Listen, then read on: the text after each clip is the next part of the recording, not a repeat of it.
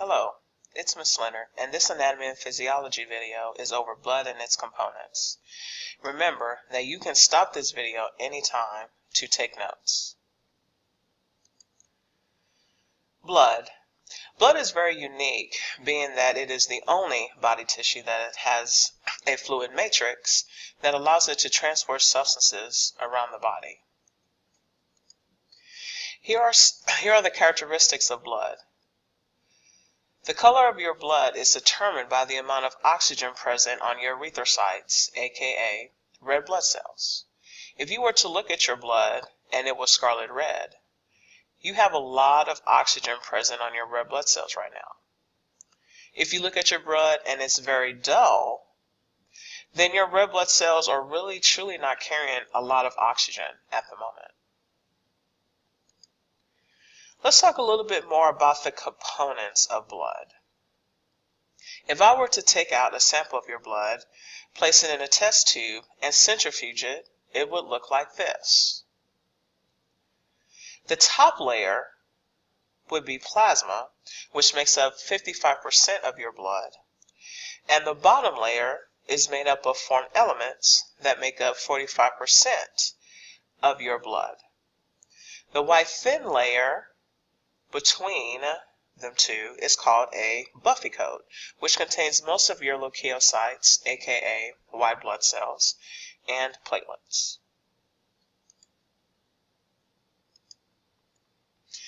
Let's delve a bit deeper into the components of blood, starting with plasma. Plasma, the fluid matrix of blood, is comprised mostly of water and dissolved substances such as nutrients, gases, and proteins. Proteins make up most of the dissolved substances in plasma. Here are a couple of examples of important proteins in your blood.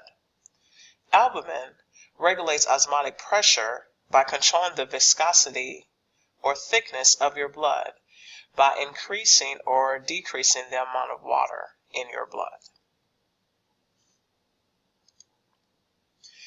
Now that we've talked a little bit about plasma, let's look at where your formed elements come from.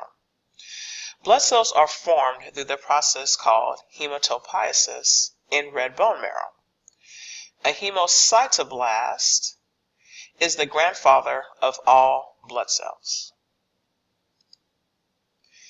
A hemocytoblast will divide into two different stem cells, forming a lymphoid stem cell that makes lymphocytes, and a myeloid stem cell that forms your erythrocytes, platelets, and the other 4 types of white blood cells.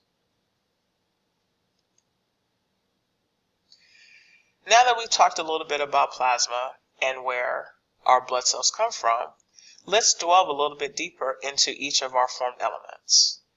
Erythrocytes, aka red blood cells, leukocytes, aka white blood cells, and platelets, which are just very small broken cell fragments.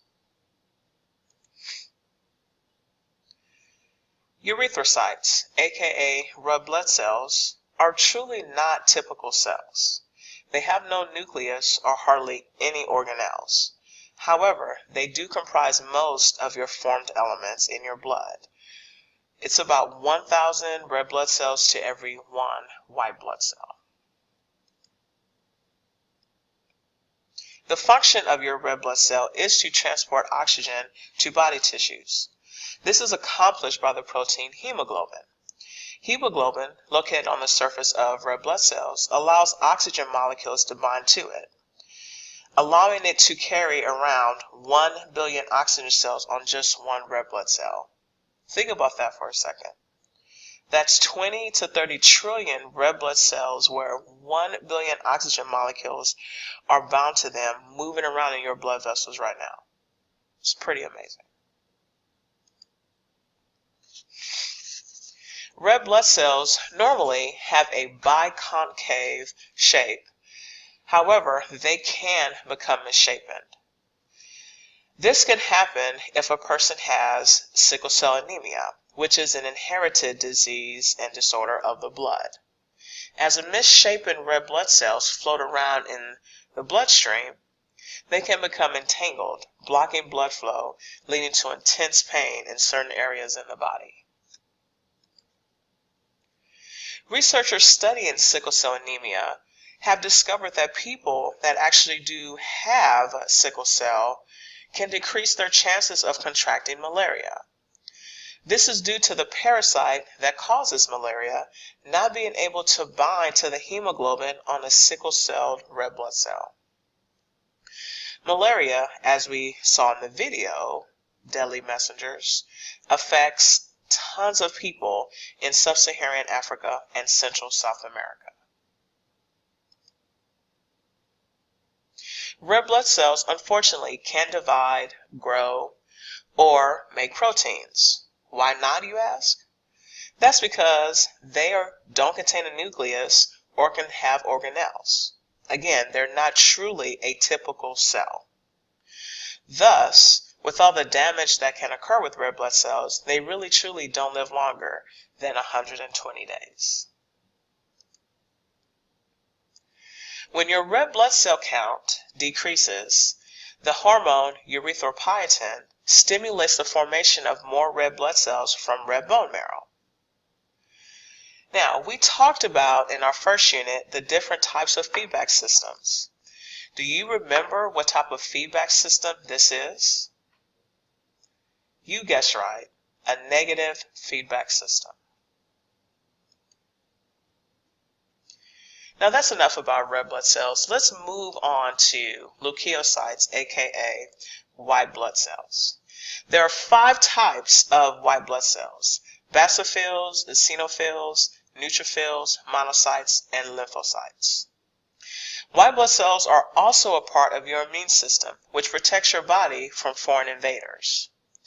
Unlike its counterpart, the red blood cells, white blood cells are true cells with a nucleus and organelles. White blood cells are truly special because they can move in and out of blood vessels by ambient motion, which means they can extend out of their body, using cytoplasm, and actually go survey damaged tissue for any foreign invaders. Now, if your normally your white blood cell count is around 4,500 to 10,000 cells per microliter of blood. Now, your leukocytes level can increase and decrease. Leukocytosis occurs when your white blood cell count is above 10,000 cells per microliter, which could be due to an acute infection or can even occur after vigorous exercise.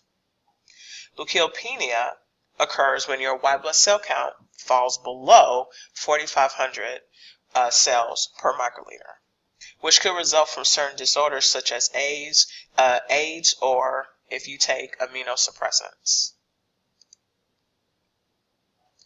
For a person who has leukemia, their white blood cell count could be 10 times greater than the average 4,500 to 10,000 cells per microliter range.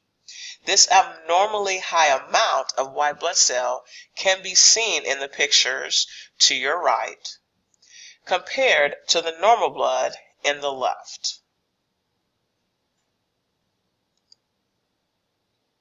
Now on to our last formed element, the platelet.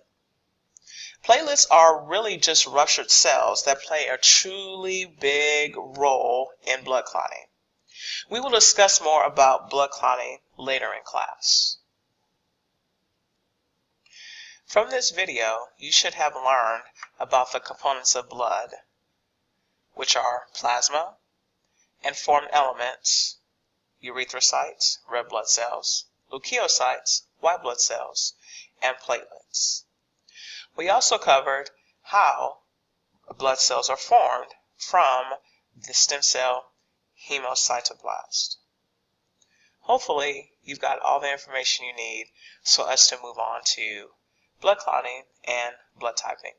See you in class.